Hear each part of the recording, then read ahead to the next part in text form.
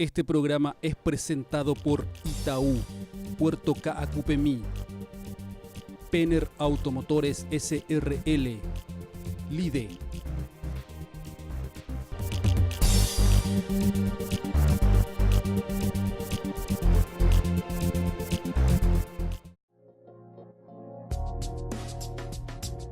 Muy buenas noches. Hoy queremos tener un programa un poco distinto a lo que veníamos teniendo hasta el momento. Hemos desarrollado, como les decíamos, una trilogía de programas donde hemos presentado la situación internacional, la situación regional y lo que ocurría en Paraguay, o lo que pensamos que iba a ocurrir en Paraguay. Hoy queremos hablar con los actores y queremos que sean ellos los que nos digan qué es lo que esperan sobre sus sectores. Tratamos de llegar a referentes, que sean referentes muy importantes y muy conocedores de sus temas. Creemos que realmente este programa es muy rico en las experiencias que se tienen o que se van a tener a nivel sectorial, en las expectativas que se van a tener a nivel de la economía en los diferentes subsectores para el año 2019. Después de una breve introducción que vamos a hacer para tratar de ubicarnos en el escenario, creemos que estas entrevistas son muy valiosas en términos de las expectativas para todos los agentes económicos para el año que está entrando. Quédense con nosotros.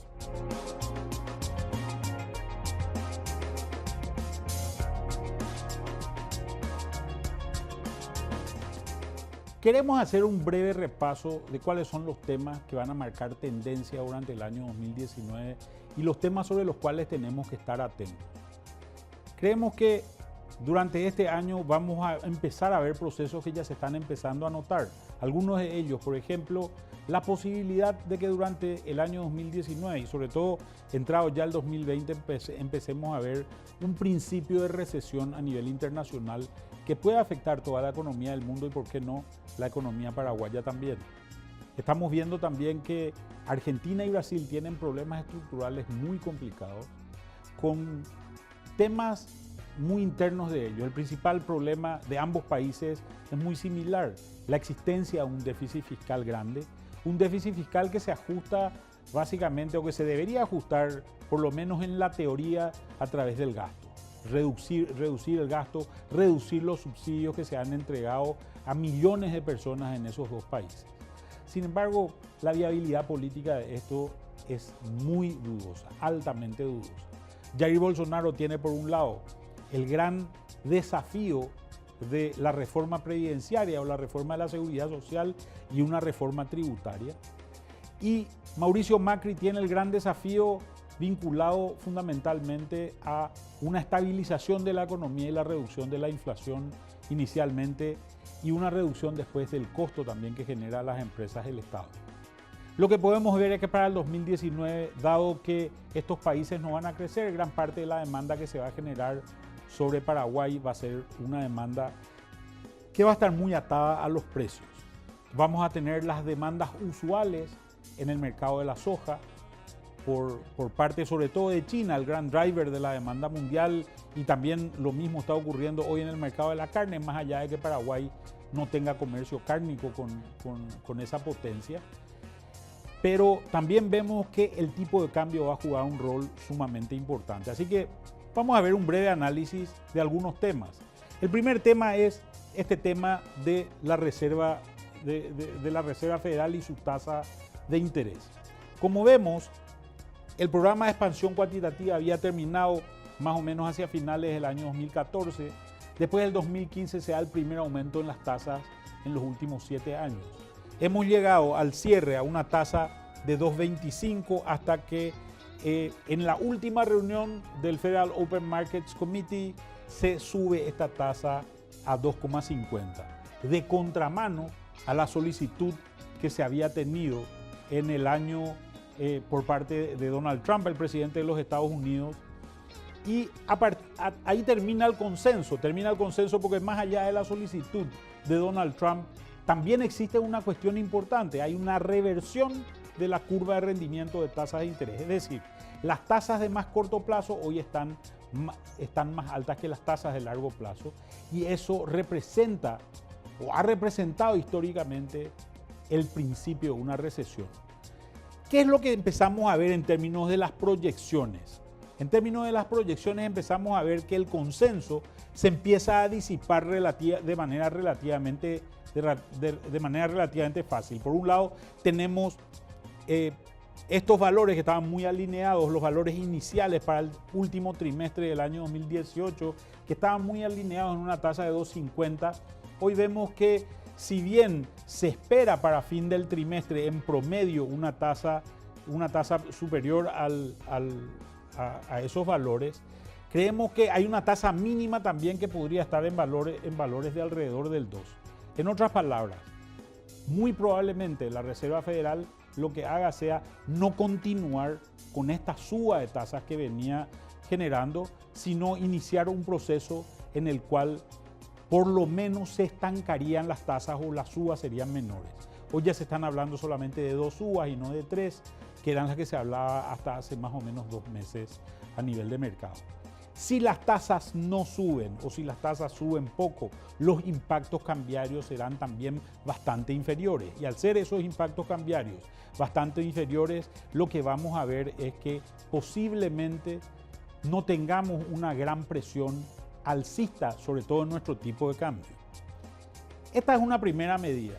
Cuando revisamos los valores, sobre todo de Argentina y de Brasil, empezamos a ver que Brasil, que había alcanzado un pico de alrededor de 4.1 preelectoral y muy vinculado al nerviosismo que se había tenido, hoy está con una tasa bastante más estable, una tasa que seguramente vuelve al Paraguay bastante más competitivo y que empezamos a ver que los productos paraguayos son productos que ya están empezando a comercializarse de nuevo con el Brasil por el hecho de que esos productos se vuelven relativamente más baratos. Lo que decíamos anteriormente, es el precio el principal driver de la demanda de los brasileros sobre Paraguay. Por el lado de Argentina, que son los argentinos que durante sobre todo el 2016 y el 2017 han sido los grandes compradores en Paraguay y que tienen este electrocardiograma, que es lo que vemos acá, donde empezamos a ver un incremento muy violento en el dólar en Argentina, que hoy está estabilizado en valores tal vez un poco más elevados de lo que estuvieron hace un mes más o menos, pero también por debajo de los valores que se habían tenido anteriormente. Dado que Estados Unidos tenga una situación relativamente importante en términos de estabilidad cambiaria, de estabilidad sobre todo de la tasa de interés, que va a generar que ese efecto aspiradora que hoy hace Estados Unidos de la cantidad de dólares que se mueven en el mundo sea bastante más reducido. Posiblemente lo que veamos son pocas turbulencias en las monedas de los países vecinos y por tanto una recuperación por el lado del precio, sobre todo con Brasil, pero en Argentina vemos que esta recuperación va a ser mucho más tardía por el hecho de que en Argentina estos valores han sido valores mucho más importantes en términos de la devaluación del peso. Por tanto, en Argentina la inflación le tiene que alcanzar. ¿Qué es lo que queremos decir con esto? Que en todos los negocios que hagamos en Paraguay, los precios van a ser muy importantes, sobre todo los precios que nos vinculen al resto del mundo y en particular que nos vinculen a nuestros vecinos y a los principales demandantes. Vamos a iniciar ahora la serie de entrevistas que venimos haciendo, donde desde esta perspectiva queremos escuchar a los jugadores importantes en los distintos sectores, qué es lo que esperan para el año que viene. Comencemos con el sector primario, viendo qué es lo que nos dicen, sobre todo en agricultura y en ganadería. Vamos a ver. Con relación a esta zafra de soja, tuvimos una zafra bastante normal. Terminamos con más de 10 millones de toneladas. Los números vamos a corregirlos a finales de diciembre cuando terminen las exportaciones de soja. Si comparamos las exportaciones, al mes de noviembre llevamos exportadas 6.2 millones de toneladas de soja en grano versus 6.1 de la zafra anterior, o sea que estamos hablando de prácticamente números similares. El resto ha sido exportado como aceites y pellets. Esto hay que remarcar, ¿verdad?, que está creciendo mucho la producción de aceites y pellets y su exportación, contrariamente a lo que muchos gremios estaban previendo para este año. Con relación a los otros granos, en el caso del maíz, hoy día hay una exportación menor que la de la zafra pasada. Si vemos al mes de noviembre, llevamos exportado 1.1 millones de toneladas versus 1.6 de la zafra pasada. Estamos hablando de unas 500.000 toneladas menos de exportación de maíz. Esto se debe principalmente a dos factores. Por un lado, los productores están esperando mejor precio, sobre todo ahora que se estabilizó la situación en Brasil, pero sobre todo se debe al incremento importante del consumo interno de maíz a través de las grandes inversiones que hizo la empresa Impasa para la producción de etanol base maíz, por lo que el consumo interno subiría a 2 millones de toneladas, quedando prácticamente 2,5 para exportación. El caso del trigo, sí tenemos una producción importante comparado a la zafra anterior.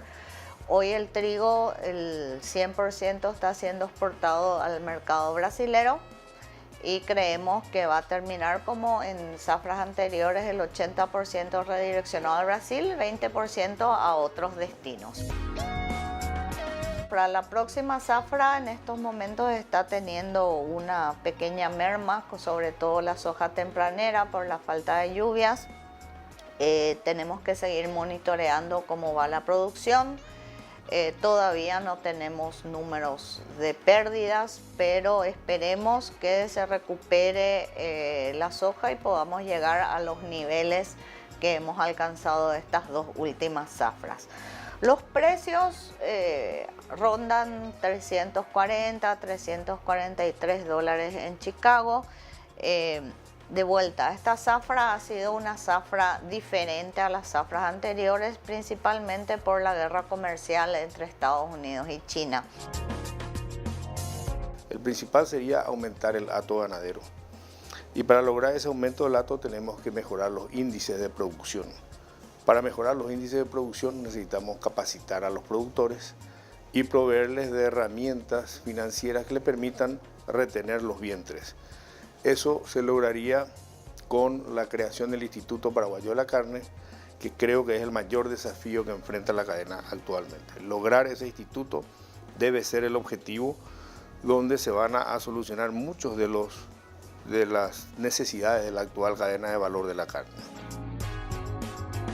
Creo que Rusia en el futuro sería el potencial destino menor de nuestra carne, porque el tipo de carne que va a Rusia es una carne, un valor por tonelada de menor calidad. Por lo tanto, nosotros como productores debemos de producir o tratar de llegar a índices de calidad superiores y mantener Rusia, como lo mantiene Uruguay, en unos niveles no más del 10% de la exportación. De esta manera mejoraríamos nuestro promedio por tonelada vendida. Hoy en día, Rusia, por supuesto, es una necesidad. Es bueno tenerlo porque hay siempre ganado de calidad inferior que se puede convertir en trimmings y enviar a Rusia, que lo utiliza para la producción de embutidos, chacinados y comida industrial. Pero debe ir bajando ese porcentaje a Rusia. Eso sería realmente un golazo, una estrella que se llevaría al Servicio Veterinario Oficial de Paraguay si logra introducir la carne paraguaya en el mercado americano. Le va a dar estabilidad, va a dar previsibilidad y nos va a abrir muchísimos otros mercados, porque Estados Unidos es una llave, así como la Unión Europea es otra llave que abre otros mercados, como específicamente el caso de Canadá y México, que están en el NAFTA.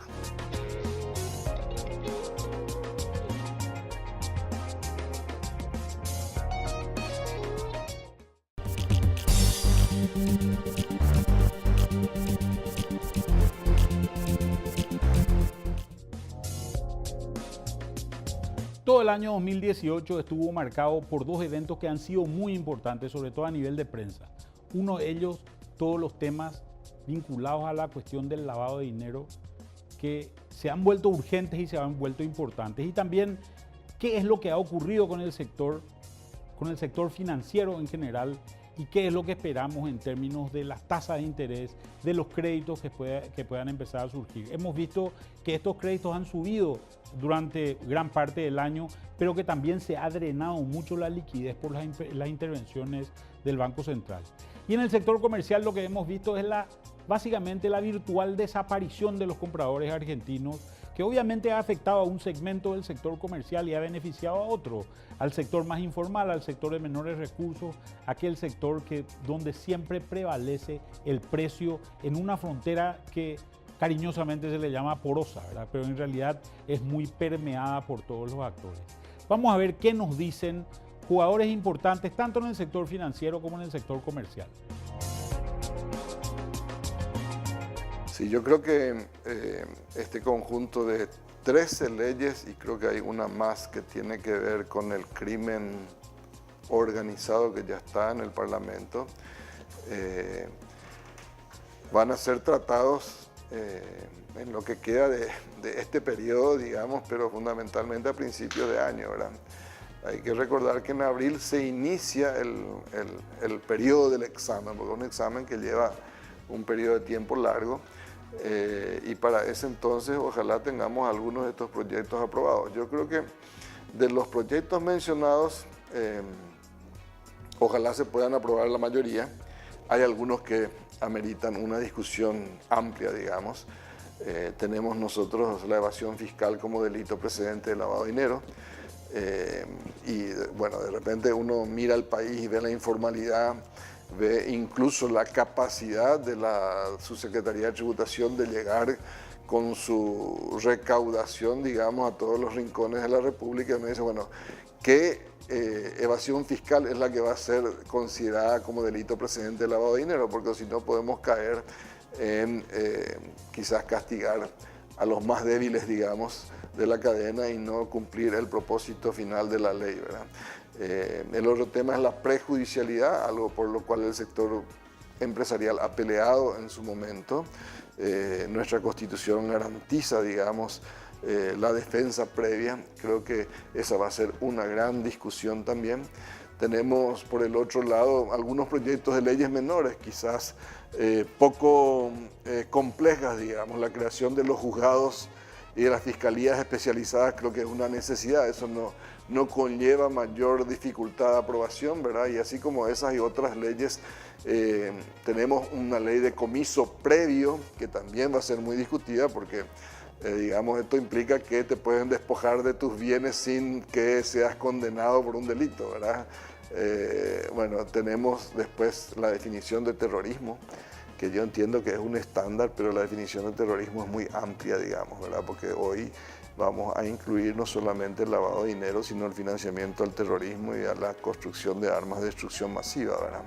Entonces, finalmente tenemos una ley específica de la CEPRELAP que amplía los actores que van a ser controlados y el alcance de aplicación de dicha ley.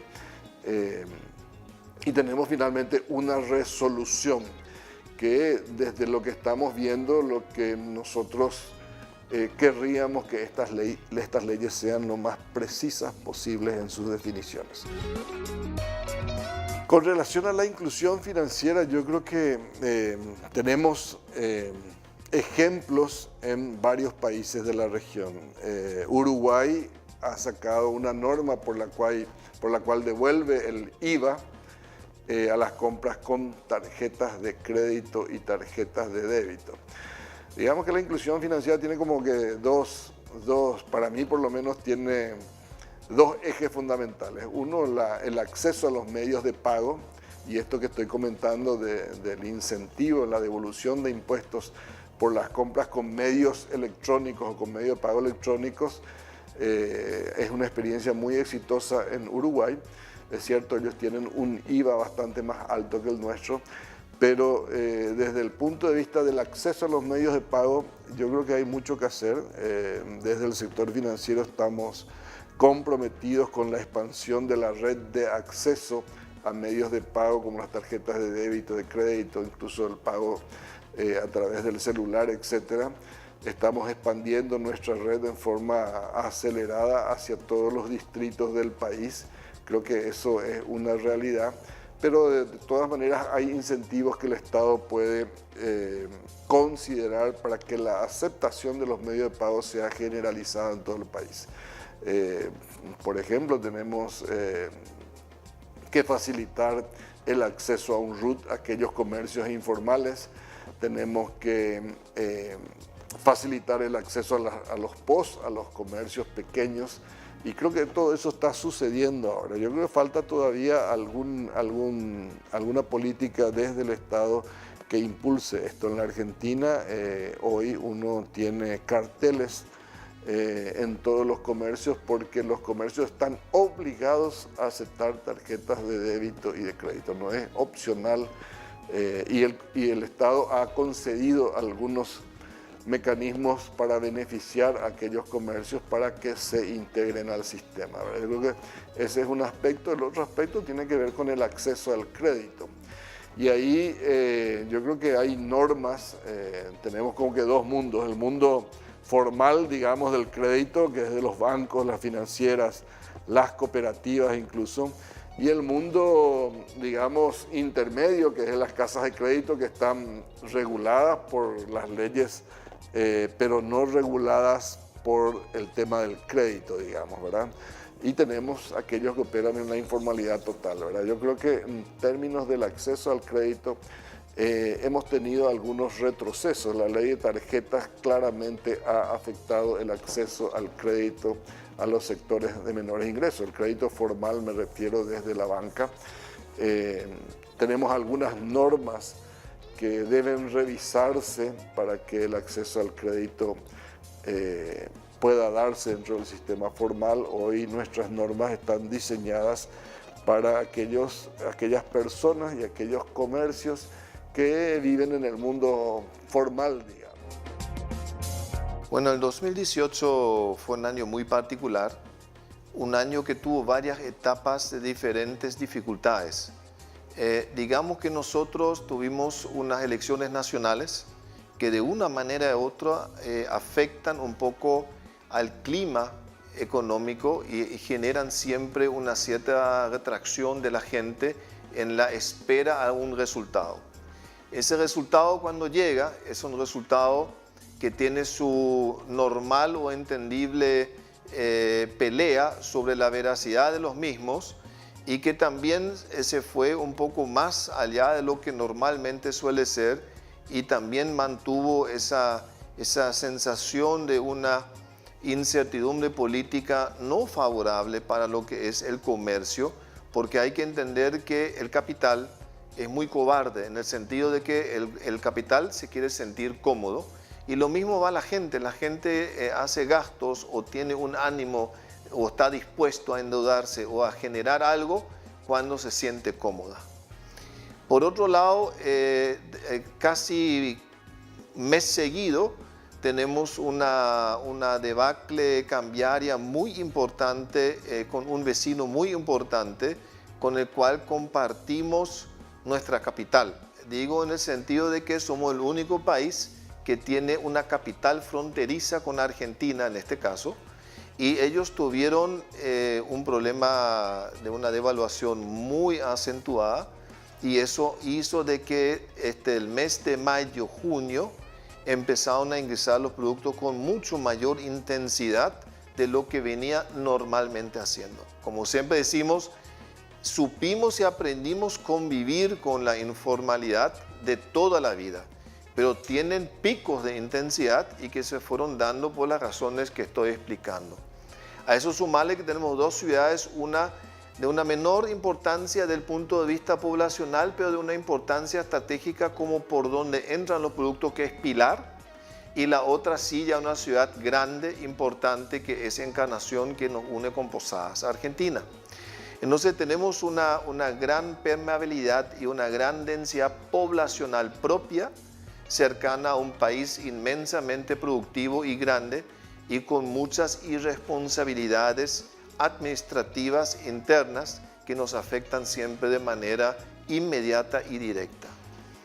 Paso seguido tenemos una situación parecida, no tan complicada, pero parecida, que ya se venía de por sí viviendo durante un tiempo en Brasil, golpeado por muchos hechos de corrupción, apresamientos, enfrentamientos, y también con una devaluación que de vuelta nos afecta de manera directa en el comercio en las ciudades fronterizas, en este caso con Brasil, y también de vuelta generó una mayor competitividad a sus productos por la devaluación que le dieron a sus monedas, y eso también hizo de que sea más agresivo el ingreso de productos de Brasil, también como para completar, donde prácticamente quedamos como un sándwich entre dos países inmensamente grandes, y como país de vuelta, como para ubicarnos, sería como que nuestro mercado nacional propio quedó limitado a Coronel Oviedo y alrededores,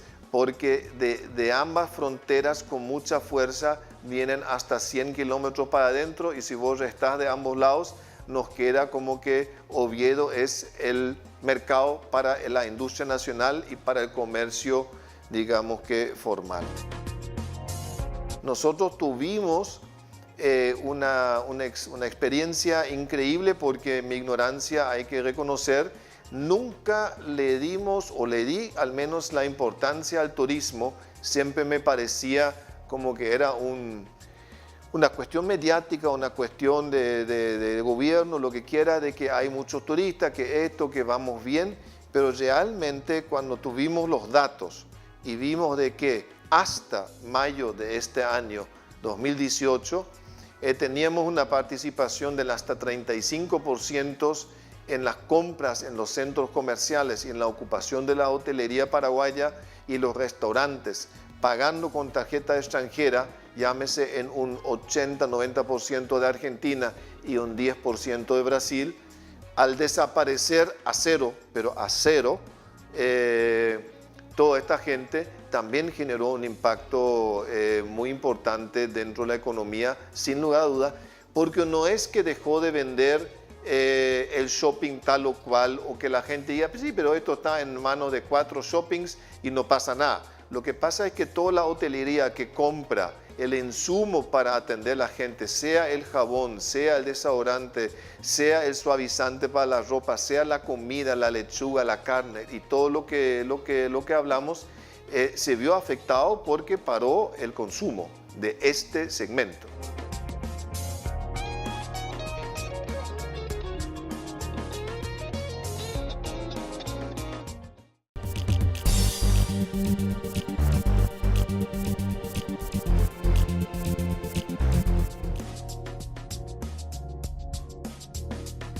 El año 2018 fue un año importante en un sentido muy peculiar posiblemente. Fue un año donde descubrimos que realmente Paraguay había sido producida 30 o 33% más de lo que realmente producía en términos de su Producto Interno Bruto.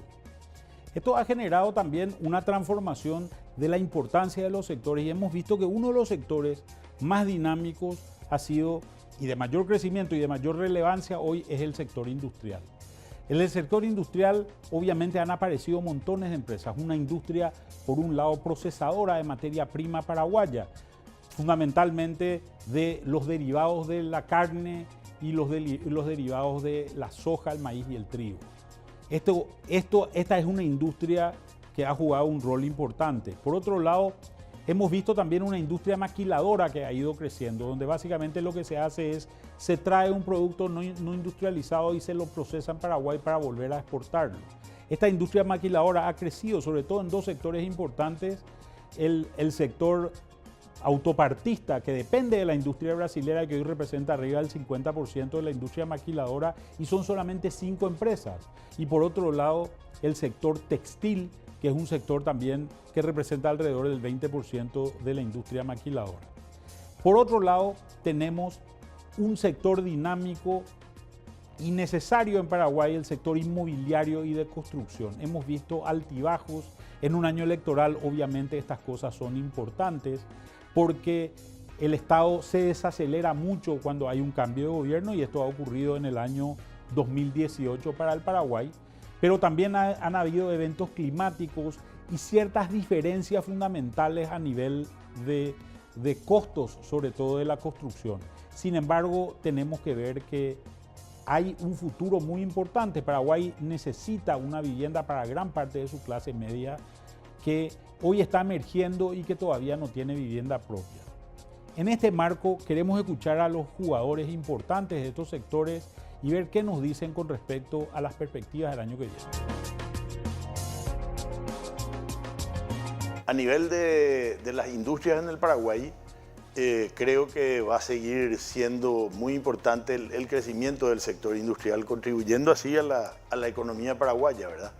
Se habla que en los pronósticos la economía, o sea, la industria va a seguir creciendo alrededor del 4% dentro de este año. Y si es así, entonces cerraríamos ya con un sector industrial que ya tiene el 20% del Producto Interno Bruto del país. Por lo tanto, eso es siempre muy importante para nosotros. Debemos reconocer de que hay un sector que está siendo afectado muy fuertemente por el tema del contrabando, que por la competitividad ficticia que han ganado el Brasil y la Argentina con la desvalorización de sus monedas, entonces eso hace de que tengamos contrabando, digamos, a través de la frontera, que tenemos una permeabilidad increíble, que a pesar de los esfuerzos que está haciendo el gobierno, siempre seguimos teniendo este flagelo. Y por otro lado, también notamos que las autoridades de las aduanas, de las diferentes administraciones de aduanas, están poniéndose las pilas y están, digamos, evitando que las subfacturaciones o todo tipo de delitos que se cometen a través de la importación legal, entre comillas, se esté reduciendo, y eso se nota por una mayor recaudación impositiva por parte de la aduana, ¿verdad? Y ese es un sector que normalmente son los bienes de consumo masivo, en donde nosotros vemos que el contrabando se vende tranquilamente en las veredas de Asunción sin que nadie haga absolutamente nada. Y bueno, comenzando por la Municipalidad de Asunción, ¿verdad?, que debería de exigirle lo mismo que le exige a cualquier comercio, que tenga su patente comercial, y otras instituciones que también deberían de participar y de evitar de que estas mercaderías se comercien tan libremente en las veredas de Asunción. Nosotros hace 4 meses recién que ha cambiado el gobierno, por lo tanto es muy prematuro poder anunciar de cuál es la tendencia o qué es en qué está el gobierno. Pero para nosotros como industriales, yo puedo decir de que hace mucho tiempo, yo podría decir que en mis 32 años de gremialismo paraguayo, yo nunca vi un gobierno que se ocupe tanto del sector industrial, que se ocupe de los sectores que pueden generar mano de obra, que es el principal problema de nuestra economía, y que definitivamente, si se apuesta al sector industrial, se puede lograr reducir la gran cantidad de gente que sale al mercado laboral y que no tiene trabajo, ¿verdad? Por lo tanto, nos parece muy bien que este gobierno haya dicho al entrar: nosotros vamos a cuidar las industrias que ya están en el país y vamos a tratar de que se desarrollen las mismas, independientemente a buscar siempre que venga la inversión externa al sector industrial. Pero nos parece muy bien cuidar lo que ya tenemos, ¿verdad? Porque eso de estar solamente enfocado en atraer inversiones y olvidarse o dejar de lado a la industria que ya está hace muchos años en el país y que tiene que soportar los problemas serios que tiene nuestra economía, que es el tema del contrabando, porque el contrabando no es de ahora, el contrabando tiene siglos en el Paraguay. Por lo tanto, las empresas nunca fueron dueñas del 100% de su mercado, entonces son empresas débiles que muchas veces recurren a cierto tipo de actitud como por ejemplo no pagar el sueldo mínimo, no pagar la seguridad social o tratar de pagar menos impuestos. Entonces eso hace que las empresas sean débiles y muchas veces para subsistir tengan que recurrir a estas cosas que no están bien hechas, ¿verdad? En términos de inmobiliario, la industria ha mantenido su nivel de crecimiento. Lo que aconteció es que se diversificó, digamos. Hoy está muy fuerte, se puede ver recorriendo Asunción y las principales ciudades, un gran desarrollo de edificios, departamentos ya de valores medios, y ese es el cambio más importante, pero en términos de volumen, más allá de los picos que tuvimos con la construcción de dos grandes proyectos como el Paseo de la Galería y World Trade Center, yo diría que se mantiene el ritmo y en tanto y en cuanto la economía vaya manteniendo estos niveles de crecimiento, la industria inmobiliaria también lo va a hacer, porque en definitiva no es otra cosa que el derrame de lo que ocurre en la economía de la producción. Ese es un gran problema que tenemos como país. Tenemos que terminar de decidir si vamos a apostar a la competitividad y a la productividad o al sostenimiento de instituciones que son absolutamente obsoletas. El Instituto Nacional de Cemento ya no da más. En una industria que tiene más de 60 años, obviamente es absolutamente obsoleto. Solo sirve para mantener el empleo de una cantidad de personas que hay que resolver, por supuesto, hay que atender eso, ese pasivo laboral, pero como herramienta de desarrollo en términos de incorporar insumos que sea competitivo para la construcción, yo creo que es un fracaso, ¿verdad? Esto hay que cambiar. Lo mismo pasa con el tema del hierro. Solamente para poner un ejemplo, nosotros estuvimos en Perú hace poco tiempo recorriendo los desarrollos inmobiliarios. Ahí casi todos los edificios están hechos enteramente de hormigón. Cuando intentamos hacer la misma ecuación acá, y es imposible, porque el hormigón cuesta acá, el cemento cuesta acá exactamente el doble de lo que cuesta en Perú. Entonces hay que terminar con eso. Yo creo que el Ejecutivo, el sector público tiene que tomar el toro por las astas y terminar de liquidar una industria que está absolutamente obsoleta. Ese auto no anda más y lo único que genera son dificultades. Últimamente tuvimos escasez, especulación, informalidad, corrupción, se presta a todo, ¿verdad? Yo creo que esta industria que en su tiempo, en su buena época, fue una gran palanca, hoy ya no sirve para el desarrollo, para un desarrollo que necesita competitividad y necesita buenos precios. Para poder llegar a productos de precios accesibles es fundamental que los insumos también sean accesibles en precio. Y el cemento es un factor clave en la construcción. Y esto que tenemos hoy aquí ya no sirve. Lo mismo pasa, repito, con el tema del hierro, de la varilla, ¿verdad?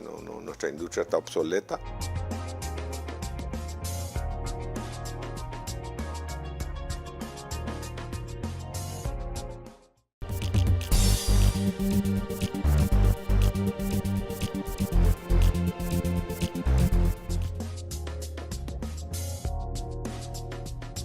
El año 2018 fue un año, como decíamos, de cambio de gobierno y donde se empieza a jugar un partido distinto, un partido donde las prioridades posiblemente son otras. Una de las discusiones importantes fue la necesidad de una reforma tributaria. Sin embargo, el sector privado ha querido imponer una nueva discusión o una nueva agenda de discusión donde no es posible discutir el tema de ingresos del Estado sin discutir el tema de los gastos del Estado. Y creemos que esta es una discusión fundamental, porque al final, ¿para qué queremos levantar tributos? Es la pregunta a la cual debe responder el Estado. Un Estado ineficiente, un Estado que gasta mal y un Estado que tiene que corregir montones de falencias todavía en ese sentido.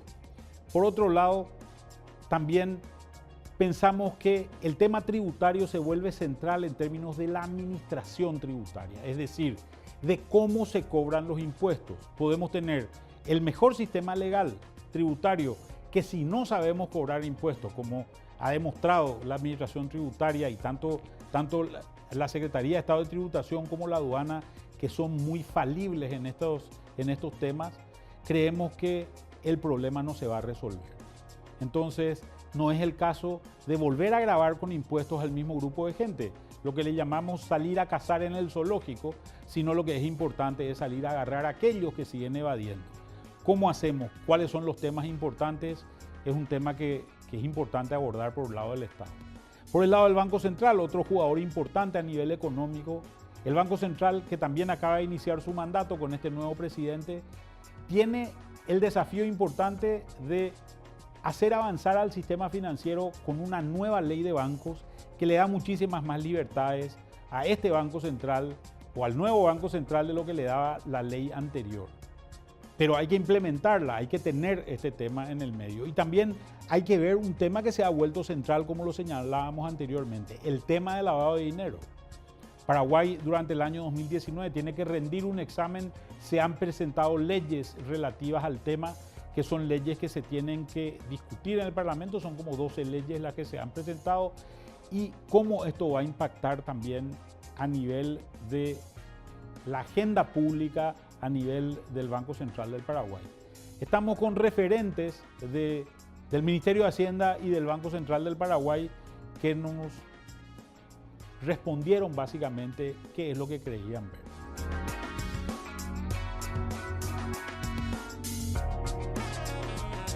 Se ha cumplido con los planes en estos primeros meses de gobierno, se ha mantenido el ritmo financiero del gasto público en estos meses y el propósito de seguir trabajando, podemos decir, en las grandes líneas que tiene que ver con consolidar el marco macro fiscal del país, por un lado, apuntar también a un sistema fiscal que sea más eficiente y equitativo.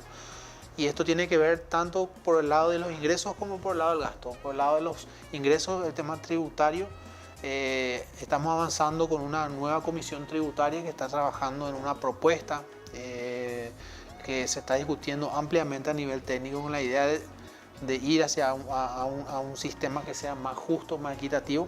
Y por otro lado, una comisión del gasto que también está analizando los espacios de mejora en la eficiencia y en la calidad del gasto público, también con el propósito de destinar los recursos hacia los sectores que más requieren. Por supuesto, lo que decía al comienzo, dentro del plan de gobierno de Paraguay para la gente, el sector de capital humano, educación, salud y seguir con los planes de infraestructura.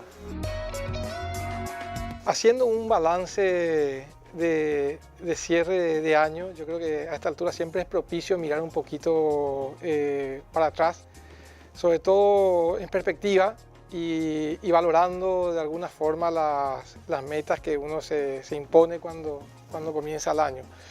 Y desde ese punto de vista yo creo que el balance para el país es muy positivo.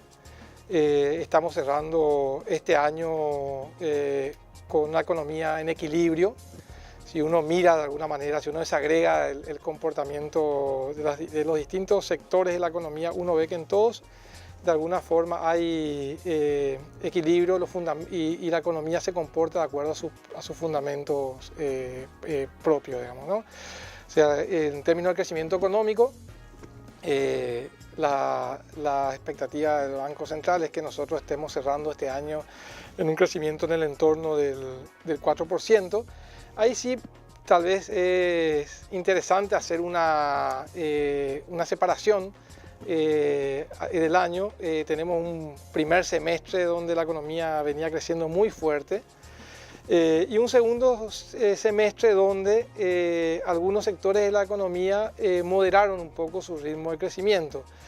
Esto no puede ser valorado si no es a la luz del comportamiento también tanto de la economía mundial como de la economía regional. El segundo semestre fue un segundo semestre complejo a nivel regional, sobre todo en Argentina, donde sus equilibrios se vieron fuertemente cuestionados por los mercados y Argentina tuvo que entrar en un plan de estabilización económica bastante agresivo con apoyo del organismo internacional, en particular el Fondo Monetario Internacional. Nosotros de alguna manera no estamos aislados de todos esos procesos y bueno, la economía paraguaya yo creo que mostró su fortaleza frente a ese vendaval que vino del país vecino.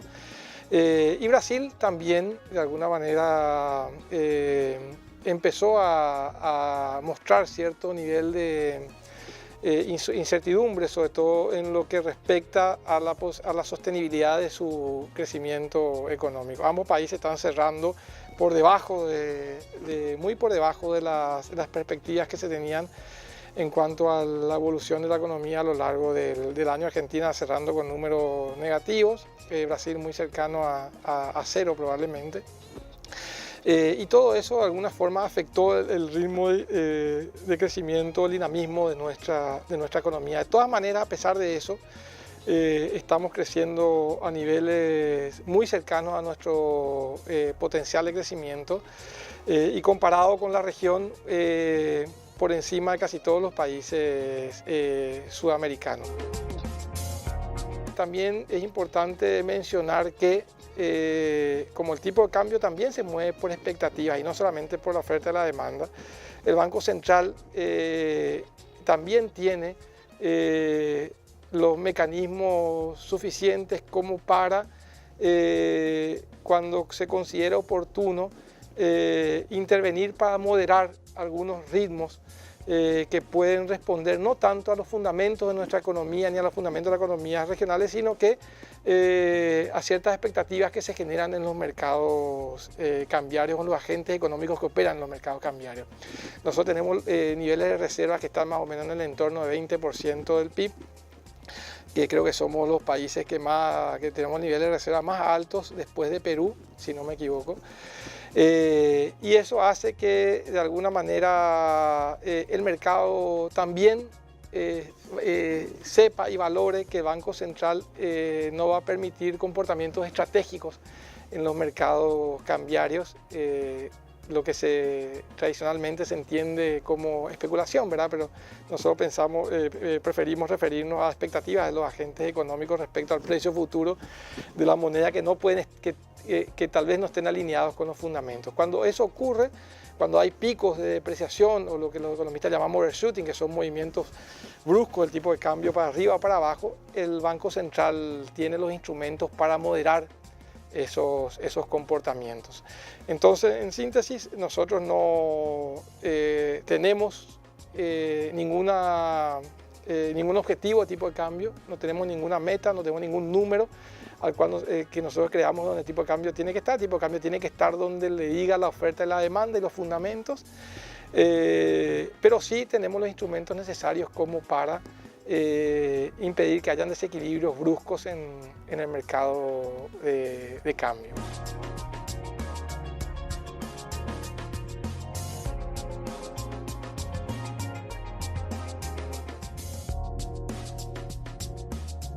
Y en esta noche queremos dejarles básicamente con una idea de lo que creemos y lo que creen muchos jugadores importantes en el sector económico, qué es lo que va a ocurrir en Paraguay y en su economía durante el año 2019.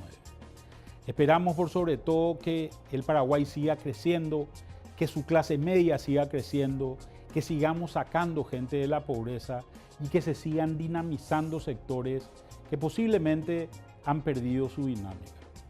Esperemos para todos ustedes que nos acompañan en cada programa que también el año 2019 sea un año de realizaciones y un año donde las cosas vayan mucho mejor de lo que fueron hasta ahora. Esperemos que tengan un gran año 2019 y esperamos vernos también en ese año, en esta misma sintonía por este mismo canal. Muchas gracias por acompañarnos y feliz año. Este programa fue presentado por Itaú, Puerto Caacupemí, Penner Automotores SRL, LIDE,